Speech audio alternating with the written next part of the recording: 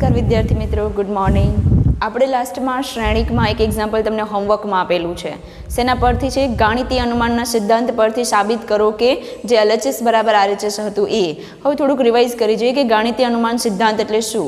મેં 2-3 દાખલાઓ એના કરાવેલા છે ને એક તમને હોમવર્કમાં આપેલો છે. ઓકે, ચલો જોઈ લઈએ શું કહેવા માગે. તો કંઈક વિધાન આપેલું છે, એ વિધાન સત્ય સાબિત કરવાનું હોય છે ગાણિતીય અનુમાનના સિદ્ધાંત પરથી. તો એમાં શું કરવાના છે? તો કે 3 સ્ટેપ છે એના. પેલું સ્ટેપ છે n બરાબર 1 માટે આ વિધાન સત્ય સાબિત કરો. બીજું સ્ટેપ n બરાબર k માટે આ જે વિધાન છે p ઓફ k એ વિધાન સત્ય સ્વીકારીશું, બરાબર. અને ત્રીજું સ્ટેપ છે કે n બરાબર k પ્લસ 1 માટે n બરાબર જે આપણે k બરાબર જે સત્ય સ્વીકાર્યું છે એનો ઉપયોગ કરી અને n બરાબર k પ્લસ 1 માટે આપણે સત્ય સાબિત કરશું. જો આ 3 વિધાન આપણે સત્ય સાબિત કરી લઈએ તો હું કહી શકું કે આ વિધાન જે p ઓફ n છે એ આપણું સત્ય છે. આ છે આપણો ગાણિતીય અનુમાન સિદ્ધાંત, જેના પરથી આપણે દાખલાઓ જોઈ લીધેલા છે. ચલો પછીનો ચોથો દાખલો છે. જુઓ શું કહેવા માગે છે એમાં. જો a અને b સમમિત શ્રેણિક હોય. સમમિત શ્રેણિક એટલે શું? તો કે એનું પરિવર્ત કરવાથી પોતે મળે, એને સમમિત શ્રેણિક કહેવાય. એ રીતે a અને b બંને છે એ સમમિત શ્રેણિક છે, તેથી હું એના બરાબર આ લખી શકું, બરાબર. પછી શું કીધું? તો સાબિત કરો કે ab માઇનસ b એ વિસમિત શ્રેણિક છે. ચલો જોઈ લઈએ કે વિસમિત શ્રેણિક માટે શું કરવું પડશે. તો કે ab માઇનસ ba આ જે વસ્તુ છે એનો હું પરિવર્ત કરું તો મને માઇનસ પોતે મળે. જો પોતાનું પરિવર્ત કરતા પોતે મળે તો એને સમમિત કહેવાય. પણ પોતાનું પરિવર્ત કરતા માઇનસ એ મળે, માઇનસ પોતે મળે તો એને શું કહેવાય? વિસમિત. તો આ જે વસ્તુ છે, આ જે શ્રેણિક આપેલો છે એને મારે વિસમિત સાબિત કરવું છે. તો એના માટે સૌથી પહેલાં હું કરીશ આનું પરિવર્ત. અને આનો પરિવર્ત કરતાં જો તમને શું મળે તો કે પોતે મળી જાય, માઇનસ પોતે મળી જાય તો હું કહી શકું કે આ વિસમિત શ્રેણિક છે. ચલો તો આપણે શું કરશું? તો કે આનો હું પરિવર્ત લઈશ. ચલો આનો પરિવર્ત કરતાં જે ફેરફાર કરીએ અને આપણે જો પોતે મળી જાય, માઇનસ પોતે, તો આપણે કહી શકીએ કે આ વિસમિત છે. ચેક કરી લઈએ. ચલો બેને અલગ અલગ ડેશ આપી શકું છું માઇનસ હોવાથી. આ માઇનસ પ્લસ હોય તો બંનેને અલગ અલગ ડેશ આપી શકાય છે. ચલો બંનેને ડેશ આપી દીધું. હવે તો કે ગુણાકારમાં છે અને ઉપર ડેશ છે એટલે કે એનું પરિવર્ત કરવાનું છે. તો શું કરી શકીએ? તો કે બંનેને ડેશ આપવાથી જગ્યા ફરી જશે, એટલે b પહેલાં આવી જશે અને a પછી આવશે. સેમ એવી જ રીતે ગુણાકારમાં પરિવર્ત આવવાથી જગ્યા બદલી જશે. ચલો b ડેશ બરાબર ઉપર જે આપણે આપેલું છે એનો ઉપયોગ કરીએ અને આગળ વધીએ. તો b ડેશ બરાબર શું છે? b. a ડેશ બરાબર શું છે? a. a ડેશ બરાબર a. b ડેશ બરાબર b. હવે આનો પરિવર્ત કરતાં પોતે મેળવવાનું છે. પોતે ab માઇનસ ba છે. હવે પોતે પ્લસ મળે કે માઇનસ એના પરથી આપણે ડિસાઇડ કરશું કે સમમિત છે કે વિસમિત. પણ પહેલાં પોતે તો મેળવી લઈએ. પોતે શું છે? ab minus ba. તો ab અહીંયા છે ને ba અહીંયા છે પણ એ માઇનસ છે. તો ab માઇનસ છે ને, જો તમારે પ્લસ જોઈએ તો માઇનસ બાર કોમન કાઢું તો ab છે એ પ્લસ થઈ જશે અને ba છે એ માઇનસ થઈ જશે, બરાબર. એટલે આ જે પોતાનો પરિવર્ત કરતાં મને માઇનસ પોતે મળ્યું, તેથી આપણે શું કહી શકીએ? ab માઇનસ baનો પરિવર્ત કરતાં મને માઇનસ પોતે મળ્યું, તેથી હું કહી શકું ab માઇનસ ba એ વિસમિત શ્રેણિક છે. કેવો છે શ્રેણિક? વિસમિત શ્રેણિક છે, બરાબર. તો આ રીતે આપણે સાબિત કરી લીધું. ચલો હવે પછીનું જુઓ શું કહે છે. 5મો દાખલો કે જો એ સમમિત અથવા વિસમિત શ્રેણિક હોય. એ સમમિત અથવા વિસમિત. તો સૌથી પહેલાં આપણે સમમિત માટે લઈશું, પછી આપણે અથવા કીધું છે એટલે આપણે વિસમિત માટે પણ ચેક કરશું, બરાબર. તો ચલો પહેલાં હું સમમિત માટે ચેક કરું છું. તો જો એ સમમિત હોય એટલે એ ડેશ બરાબર એ લખી શકાય. અથવા વિસમિત, તો વિસમિત માટે આપણે પછી લઈશું. જો આવું હોય તો તદનુસાર સાબિત કરો કે b ડેશ એ વિસમિત અથવા વિસમિત છે. એટલે કે આ જે છે શ્રેણિક એ સમમિત અથવા વિસમિત છે. તો પહેલાં હું સમમિત માટે લઈશ તો આને હું સમમિત ચેક કરીશ કે સાબિત કરીશ, અને જો પછી વિસમિત માટે લઈશ તો એને હું વિસમિત સાબિત કરીશ. તો પહેલાં હું સમમિત લઉં છું, એના પરથી આવું લખ્યું છે. હવે તો કે આને મારે સમમિત સાબિત કરવું છે. ચલો તો હું શું કરીશ? b ડેશ એ b એનો ડેશ કરી અને એનો ડેશ કરવાથી જો પોતે મળી જાય તો હું કહી શકું કે સમમિત છે, બરાબર. ચલો જોઈએ. તો કે આપણે બે જે પદ હોય ગુણાકારમાં અને એનો ડેશ અલગ અલગ આપવો હોય તો એની જગ્યા ફરી જાય. પણ અહીંયા બે નથી, અહીંયા શું છે? 3 પદ આપેલા છે. તો એ 3 પદને મારે ડેશ આપવો છે તો શું કરીશ? તો કે કોઈ પણને 2ને હું 1 બનાવી લઉં. આપણે જોયું શું? તો કે બે શ્રેણિક ગુણાકારમાં હોય એને આપણે અલગ અલગ ડેશ આપીએ તો જગ્યા ફરી જાય, પણ 3 શ્રેણિક ગુણાકારમાં હોય એને આપણે ક્યારેય ડેશ આપ્યો નથી. પણ નિયમ કન્સેપ્ટ તો આ જ લાગુ પડશે, બરાબર, કે 2 શ્રેણિકને ગુણાકારમાં આપો એટલે જગ્યા ફરી જાય. અહીંયા 3 શ્રેણિક છે તો કોઈ પણ 2 શ્રેણિકને 1 બનાવી લઉં. હવે હું એને ડેશ આપું છું તો પહેલાં એબીનો ડેશ આવશે, પછી બીનો ડેશનો ડેશ, આવું કંઈક મળે છે, બરાબર. જગ્યા ફરી ગઈ. જુઓ, એ બી પહેલાં આવી ગયું ને બી પછી આવી ગયું. એ બીને મેં ભેગા રાખ્યા છે કાઉન્સની અંદર અત્યારે, બરાબર. ચલો તો હવે તો કે વળી પાછો 2 શ્રેણીના ગુણાકારનો ડેશ, તો એને અલગ અલગ આપો. એને હું ડેશ આપું તો બી આગળ આવી જશે અને એ પાછળ જતી રહેશે, અને ડેશનો ડેશ હંમેશા શું આવે? પોતે મળે, બરાબર. ચલો હવે આપણે ઉપયોગ કરીએ એ ડેશ બરાબર એ, તો બી ડેશનું બી, એ ડેશ એટલે એ અને બીનું બી. તો બી ડેશ એ બીનો ડેશ કરવાથી પોતે મળી ગયું છે. શું મળ્યું આપણે? બી ડેશ એ બીનો ડેશ કરવાથી મને પોતે મળ્યું છે. તેથી હું કહી શકીશ કે બી ડેશ એ બી સમમિત શ્રેણિક છે. કેવો શ્રેણિક છે? સમમિત શ્રેણિક છે. ચલો આપણે સમમિત માટે ચેક કર્યું, હવે આપણે ચેક કરશું વિસમિત માટે, કારણ કે અથવા કીધું છે એટલે બંને પોઈન્ટ લેવા પડે. ચલો હવે આપણે વિસમિત માટે ચેક કરશું. તો વિસમિત માટે અહીંયા કીધું છે કે એ છે એ વિસમિત છે, તો એ ડેશ બરાબર શું લખી શકાય? માઇનસ એ. શું કીધું છે અહીંયા? એ છે એ વિસમિત છે, તો એ ડેશ બરાબર માઇનસ એ. તો આ બી ડેશ એ બી પણ વિસમિત છે તેવું સાબિત કરો. તો ચલો બી ડેશ એ બી છે એનું હું ડેશ કરીશ, એટલે કે એનો પરિવર્ત કરીશ. એનું પરિવર્ત કરવાથી માઇનસ પોતે મળે તો હું કહી શકું કે વિસમિત છે. ચલો ચેક કરીએ કે માઇનસ પોતે મળે કે નથી મળતું. એના માટે હું આને કાઉન્સમાં લઈ લઉં, કારણ કે 3 શ્રેણિકનો ગુણાકાર હોય તો એને અલગ અલગ ડેશ કેવી રીતે આપવો એ આપણે ખબર નથી, પણ 2 શ્રેણિક ગુણાકારમાં હોય તો એને કેવી રીતે આપવું એ ખબર છે. એટલે હું કોઈ પણ 2 શ્રેણિકને જૂથમાં ભેગા કરી લઉં, કાઉન્સમાં 1 સમજી લઉં, બરાબર. એવું જરૂરી નથી કે એ બીને જ 1 સમજવું, તમે બી ડેશ એને પણ 1 સમજી શકો છો, એનાથી જવાબમાં કાંઈ ફેર પડશે નહીં. ઓકે, ચલો જોઈ લઈએ. હવે બંનેને ડેશ આપો એટલે જગ્યા બદલી જશે, એ બી પહેલાં આવી જશે અને બી ડેશ છે એ પછી જતું રહેશે. ચલો હવે તો કે એ બીને હું ડેશ આપું છું એટલે બી ડેશ પહેલાં આવશે અને એ ડેશ પછી, અને બીનો ડેશનો ડેશ શું થશે? બી થશે, બરાબર. ચલો હવે બી ડેશના બી ડેશ, એ ડેશ એટલે શું છે? માઇનસ એ ઇન્ટુ બી. માઇનસને હું આગળ લખું તો બી ડેશ એ બી, તો મને બી ડેશ એ બીનો ડેશ કરવાથી માઇનસ બી ડેશ એ બી મળ્યા, એટલે કે માઇનસ પોતે મળ્યા. તો હું શું કહી શકું કે બી ડેશ એ બી છે એ વિસમિત શ્રેણિક છે. કેવા છે? વિસમિત શ્રેણિક છે. તો આ બંને વસ્તુ આપણે સાબિત કરી લીધી કે જો એ છે એ સમમિત હોય તો બી ડેશ એ બી પણ સમમિત સાબિત થાય છે. જો એ વિસમિત હોય તો બી ડેશ એ બી પણ વિસમિત શ્રેણિક સાબિત થાય છે, બરાબર. તો આ રીતે આપણે ચોથો અને 5મો દાખલો જોઈ લીધો. ચલો હવે પછીનો પણ જોઈ લઈએ.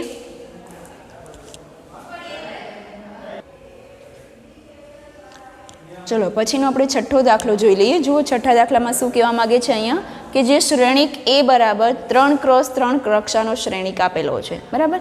માટે A dash into A is equal to I થાય તો XYZના મૂલ્ય શોધો. ચલો આપણી પાસે શું છે શરત? A dash into A is equal to I. આ શરતનો ઉપયોગ કરી અને હું XYZના મૂલ્ય શોધીશ, બરાબર. ચલો જોઈ લઈએ કે શું મળે છે આપણે. તો કે એ ડેશ એટલે શું? આપણી પાસે જે એ આપેલું છે એનો પરિવર્ત. ચલો એનો પરિવર્ત લઈ લઈએ. 0 to YZ, 0 to YZ એટલે કે પેલી હારને પહેલા સ્તંભમાં. XYZ તો XY minus Z, X minus YZ, X minus YZ. ચલો આપણું એ પરિવર્ત છે ઇન્ટુ એ શું છે? 0x x 2y y minus y z minus z z. ચલો ઇઝ ઇક્વલ ટુ આઈ. આ એટલે શું? એકમ શ્રેણિક. કેટલી કક્ષાનો એકમ શ્રેણિક લઉં? ગમે તેટલી કક્ષાનો લઈ શકીએ આપણે, પણ તમે જોઈ શકો છો કે આ પણ 3x3નો છે, આ પણ 3x3નો છે, તો અહીંયા હું પણ જે લઈશ શ્રેણિક એ 3x3નો શ્રેણિક લઈશ, એકમ શ્રેણિક લઈશ, બરાબર. ચલો હવે આ બંનેનો ગુણાકાર કરી નાખો અને જે શ્રેણિક મળશે ઇઝ ઇક્વલ ટુ આ શ્રેણિક. પછી બધા જ ઘટકો હું સરખાવી દઈશ, કારણ કે ઇઝ ઇક્વલ ટુ હોવાથી ઘટકો સરખાવીશ એટલે ઓટોમેટિક આપણે ખબર પડી જશે કે XYZનું મૂલ્ય આપણે શું મળે છે. ઓકે, ચલો આપણે ગુણાકાર કરી નાખીએ. પેલી હાર પેલો સ્તંભ. પહેલાં તો ગુણાકાર પોસિબલ છે? હા, કારણ કે આ 3 × 3નો છે, આ પણ 3 × 3નો છે. તો પેલી જે શ્રેણિક છે એના સ્તંભની સંખ્યા અને બીજા શ્રેણિકની હારની સંખ્યા સમાન હોવાથી હું ગુણાકાર શક્ય બનાવીશ. બરાબર? ચલો, પેલી હાર પેલો સ્તંભ. પેલી હારનો પહેલા ઘટકો 0 × 0 0 plus x × x x² plus x × x x². ચલો, પેલો ઘટક મેળવો પેલી હાર અને પેલું સ્તંભ લેવાથી. હવે પેલી હાર બીજો સ્તંભ 0 × 2y 0 x × y xy x × -y -xy. ચલો, બીજો ઘટક મેળવો આપણે. હવે પેલી હાર ત્રીજો સ્તંભ લઈશું આપણે 0 × z 0 x × z -xz x × z +xz. ચલો, આપણે પેલી હારનો ઉપયોગ કરી અને આપણે પેલી હારના 3 ઘટકો મેળવી લીધા. હવે તો કે આપણે બીજી હારનો ઉપયોગ કરશું. તો બીજી હાર પેલો સ્તંભ 2y × 0 0 y × x xy -y × x -xy. ચલો, આ ઘટક પણ મળી ગયો આપણે. હવે બીજી હાર અને બીજો સ્તંભ તો 2y × 2y 4y² y × y y² -y × -y +y². ચલો, આ ઘટક પણ મળી ગયો આપણે.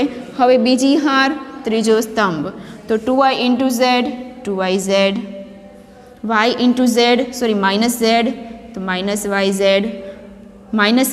z -yz. ચલો, આપણે આ ઘટકો પણ મળી ગયા છે. બીજી હારના 3 ઘટકો મળી ગયા છે. હવે ત્રીજી હારનો ઉપયોગ. ચલો, ત્રીજી હાર પેલો સ્તંભ z × 0 0 -z × x -xz z × x +xz. ચલો, પેલો ઘટક મળી ગયો. હવે ત્રીજી હાર બીજો સ્તંભ z × 2y 2yz -z × y -yz z × -y -yz. ચલો, બીજો ઘટક પણ મળી ગયો આપણે. હવે તો કે ત્રીજી હાર ત્રીજો સ્તંભ z × z z² -z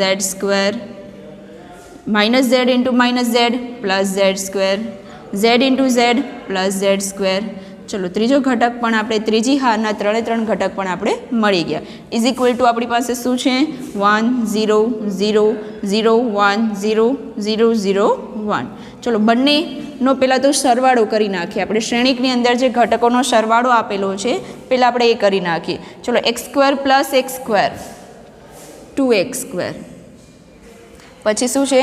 xy cancel 0. પછી શું આપેલું છે? xz કેન્સલ માઇનસ પ્લસ હોવાથી 0. પછી શું આપેલું છે? xy કેન્સલ તો શું મળશે આપણે? 0. પછી 4y² + y² + y² એટલે 6y². શું મળ્યું? 6y². પછી 2yz - yz એટલે 1yz 1yzમાંથી -1yz જાય એટલે 0. ચલો, પછી -xz + xz કેન્સલ એટલે 0. -yz 2yzમાંથી 1yz જાય તો 1yz +1yz -1yz એટલે 0.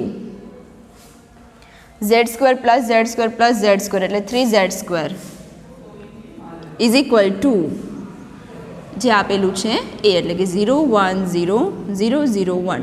ચલો, બંને શ્રેણિકની નિશાની વચ્ચે = છે. એનો મિનિંગ થાય કે બંને શ્રેણિક સમાન છે એટલે આપણે બધા ઘટકો સરખાવશું. 2x² = 1. સૌથી પહેલાં આપણે શું મળ્યું? 2x² = 1. ચલો, આને સોલ્વ કરી નાખીએ આપણે એટલે x મળી જશે.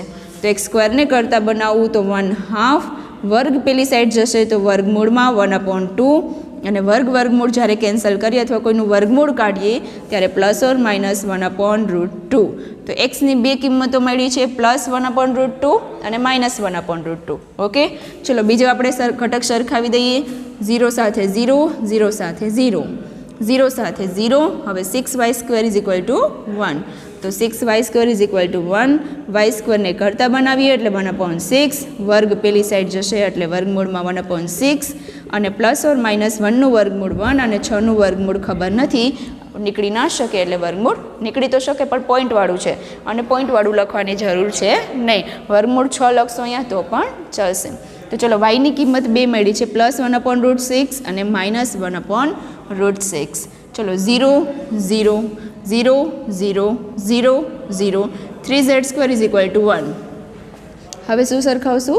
3z² is equal two 1. z² ને કરતાં બનાવવું તો 1/3, z ને કરતાં બનાવવું તો વર્ગમૂળમાં 1/3 અને z ઇઝ 1નું વર્ગમૂળ નીકળશે 1 અને 3નું નીકળશે વર્ગમૂળ 3. પણ જ્યારે વર્ગમૂળ કાઢો કોઈનું ત્યારે અહીંયા પ્લસ ઓર માઇનસ લખવાનું. એટલે ઝેડની પણ બે કિંમતો મળી છે, +1/√3 અને -1/√3. તો આ રીતે તમે બે શ્રેણિકનો ગુણાકાર કરી એટલે કે આ જે શરત આપણે રકમમાં આપી છે એનો ઉપયોગ કરી અને હું આ રીતે કરી શકું છું. એટલે કે એને સોલ્વ કરશું એટલે મને XYZના મૂલ્ય મળી જશે. બરાબર. ચલો હવે પછીનો દાખલો પણ જોઈ લઈએ.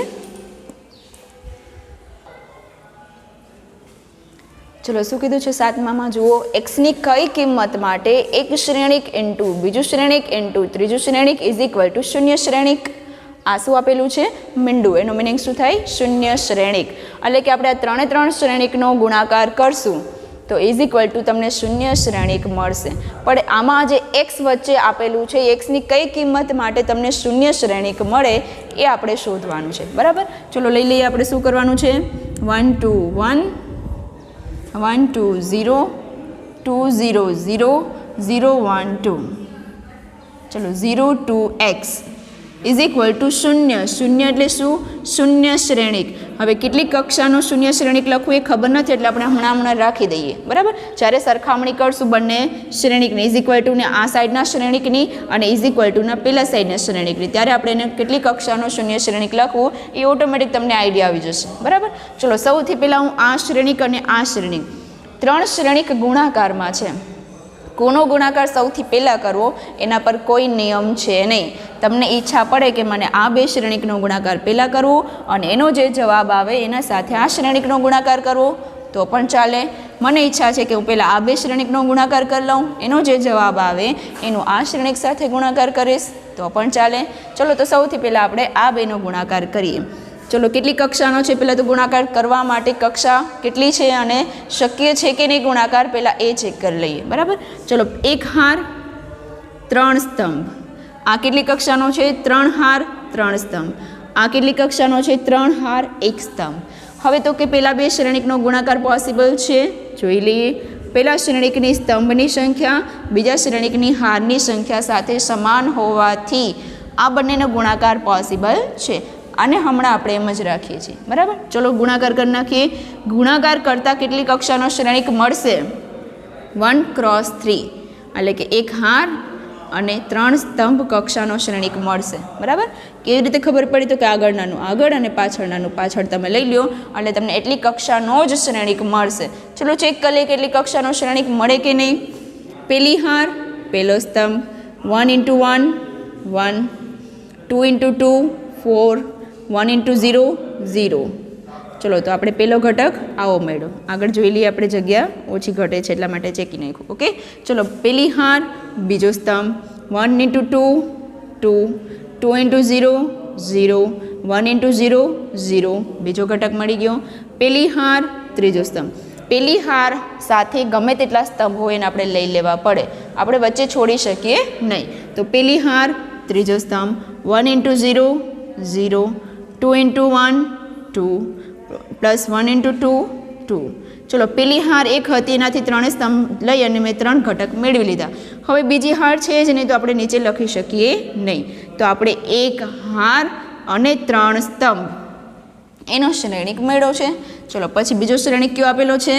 0 2 x. કેટલી કક્ષાનો? 3 હાર 1 સ્તંભ. બરાબર. ચલો હવે આનું સાદરૂપ આપી દઈએ. 1 + 4 5 2 + 0 2 2 + 2 4. ચલો પહેલો શ્રેણિક મળ્યો 1×3 નો આ અને બીજો શ્રેણિક છે 0 2 x. એ કેટલી કક્ષાનો છે? 3×1. ચલો શૂન્ય શ્રેણિક. હવે તો કે પહેલાં બેનો ગુણાકાર કરતાં મને એક શ્રેણિક મળી ગયો છે. હવે એનો ગુણાકાર હું છેલ્લો ત્રીજો શ્રેણિક આપણો છે એની સાથે કરીશ. ચલો ગુણાકાર પોસિબલ છે પહેલાં આપણે એ ચેક કરી લઈએ. પહેલા શ્રેણિકની સ્તંભની સંખ્યા બીજા શ્રેણિકની હારની સંખ્યા સાથે સમાન હોવાથી ગુણાકાર શક્ય છે. ચલો ગુણાકાર કરી લઈએ આપણે. કેટલી કક્ષાનો શ્રેણિક મળશે? પહેલાંનું પહેલું અને બીજાનું બીજું એટલે કે 1×1 કક્ષાનો શ્રેણિક મળશે. ઇઝ ઇક્વલ ટુ શૂન્ય શ્રેણિક. ચલો કરી લઈએ. તો કે પેલી હાર પેલો સ્તંભ એક જ ઘટક મળશે, આગળ બીજા એક સ્તંભ છે જ નહીં અને અહીંયા નીચે કોઈ હાર છે નહીં. બરાબર. ચલો તો પેલી હાર પેલા સ્તંભનો ગુણાકાર 5 × 0 0 પ્લસ 2 × 2 4 પ્લસ 4 × x 4x. બરાબર. તો એક જ ઘટક મળ્યો આપણે. પેલી હાર અને પેલો સ્તંભ લેતા મને એક જ ઘટક મળ્યો. ચલો તો આના પરથી 1 × 1નો શ્રેણિક મળ્યો છે મને, એટલે કે એક હાર અને એક જ સ્તંભ એટલે કે એક જ ઘટક મળ્યો છે. તો એના પરથી હું શૂન્ય શ્રેણિક પણ લખી શકું 1 × 1નો. જે શૂન્ય શ્રેણિક છે એ ગમે એટલી કક્ષાનો લઈ શકીએ આપણે. 2 × 2નો, 3 × 3નો, 3 × 4નો, 4 × 5નો, ગમે તેટલી કક્ષાનો શ્રેણિક લઈ શકું છું. બરાબર. પણ અત્યારે આપણે એક જ ઘટક મેળવ્યો છે એટલે એક ઘટકવાળો શ્રેણિક મેં લીધો છે.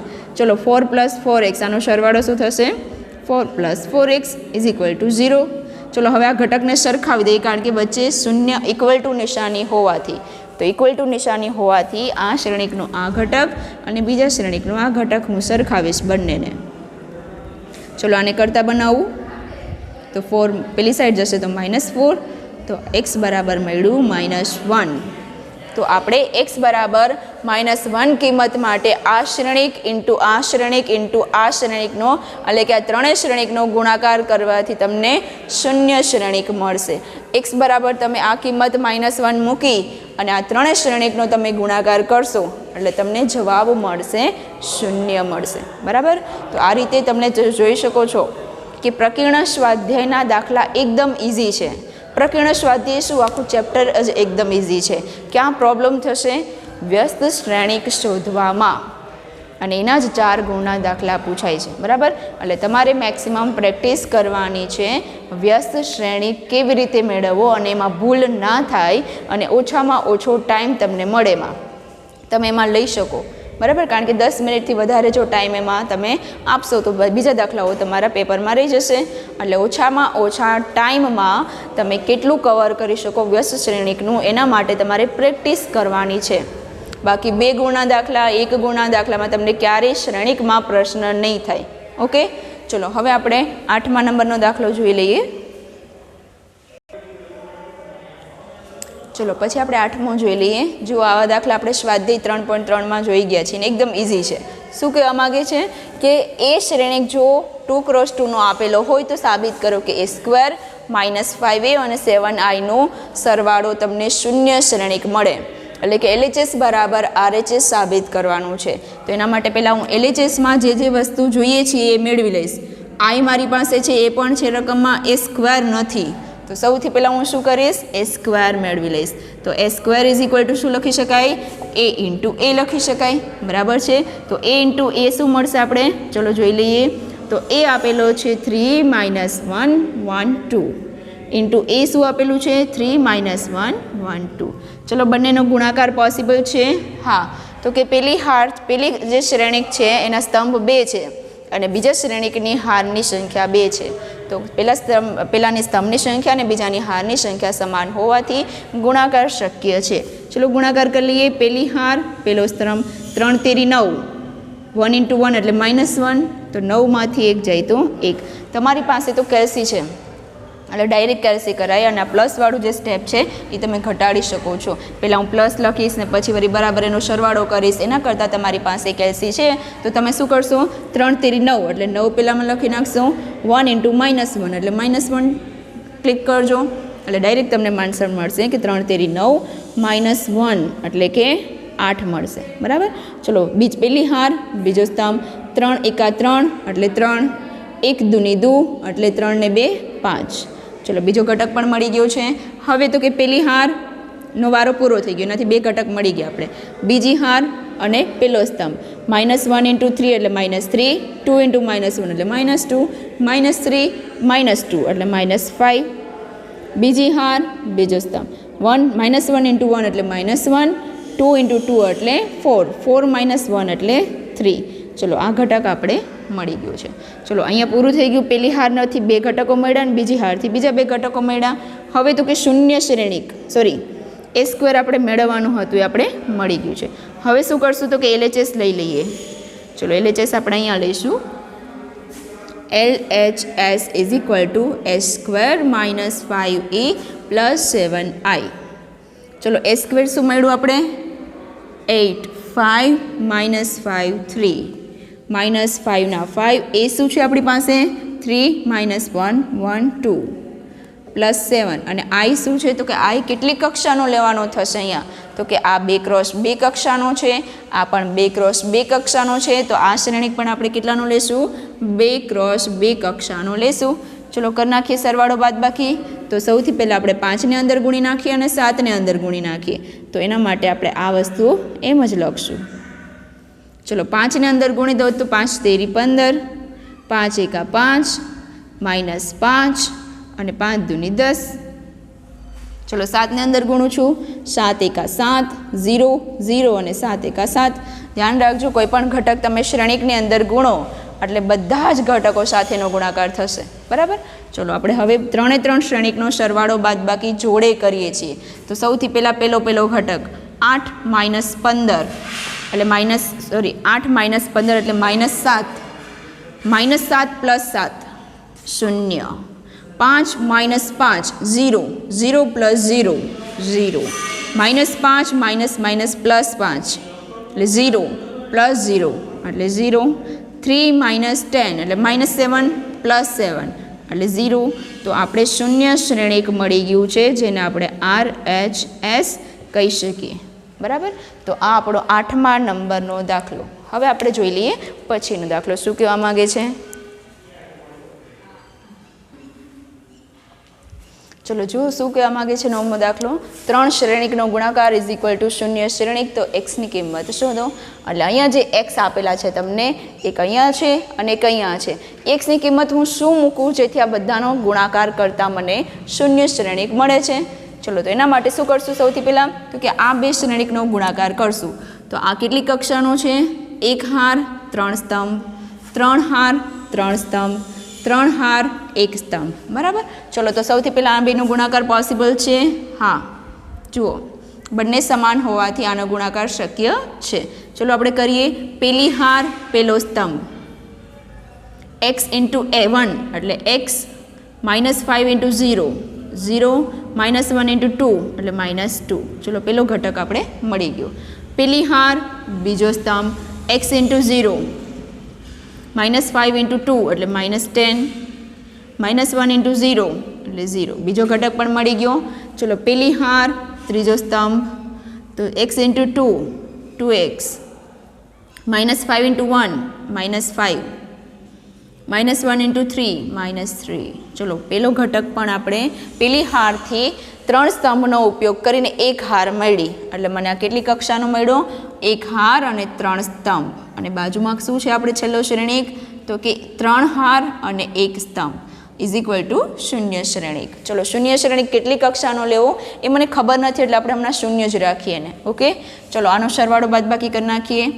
x -2 -10 2x -8.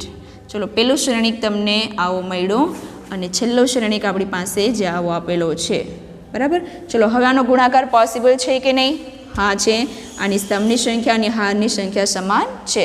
ચલો ગુણાકાર કરીએ. પેલી હાર પેલો સ્તંભ એક જ ઘટક મળશે કારણ કે ત્યાં આગળ એક સ્તંભ નથી અને અહીંયા નીચે એક હાર નથી. તો ચલો એક સ્તંભ કયો મળે તો કે x -2 into x x -2 into x plus -10 into 4 એટલે -40 2x -8 ઇન્ટુ 1 એટલે પ્લસ 2x 8 ઇન્ટુ 1 એટલે પોતે. ચલો આ બધાનો સરવાળો કરશો એટલે એક ઘટક મળશે. તો એક ઘટક અહીંયા મળ્યો એટલે કે 1 ક્રોસ 1નો મળ્યો છે આપણે આ શ્રેણિક. તો શૂન્ય શ્રેણિક પણ આપણે કેટલા ક્રોસનો લખશું 1 ક્રોસ 1 શ્રેણિકનો લખી શકીએ છીએ.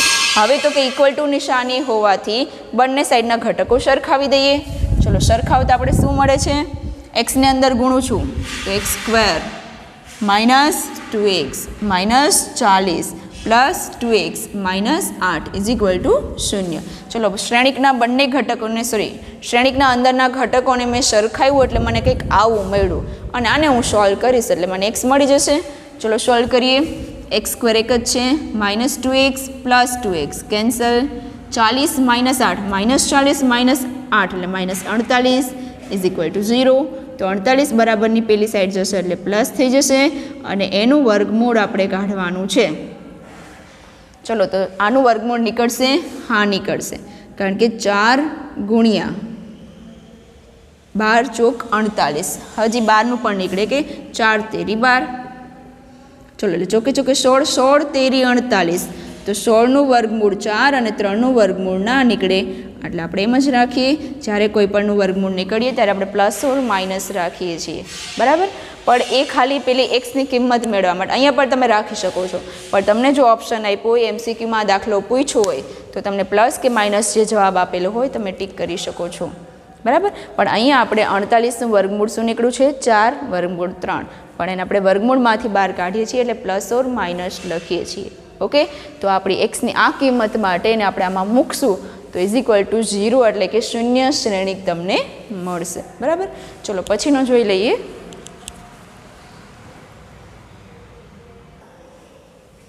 ચલો પછીનો દાખલો મોટો છે અને પૂરો પણ નહીં થાય, તો આપણે કાલે જોઈશું. અત્યારે આપણે જે દાખલાઓ જોયા છે એકદમ ઇઝી છે. XYZનું મૂલ્ય મેળવો, એક્સની કિંમત મેળવો, કોઈનો ગુણાકાર કરવાનો છે, કોઈનું સમીકરણ શ્રેણિક સમીકરણ સાબિત કરવાનું છે. તો આજના જે દાખલાઓ છે એકદમ ઇઝી છે, બરાબર. એટલે આખું ચેપ્ટર જ એકદમ ઇઝી છે. અને આ ચેપ્ટરમાં જે પૂછાય છે વ્યસ્ત શ્રેણિક 4 ગુણના દાખલા, એ જ તમને થોડીક પ્રેક્ટિસ માંગી લેશે. બાકી બધા જ દાખલાઓ આખા ચેપ્ટરના એકદમ ઇઝી છે. હવે જે આપણે પછીના દાખલાઓ છે આપણે પછીના લેક્ચરમાં જોઈશું. કાંઈ પણ પ્રશ્ન હોય વોટ્સઅપમાં અથવા સ્કૂલમાં ગમે ત્યારે આવો તમે પૂછી શકો છો. Okay, thank you.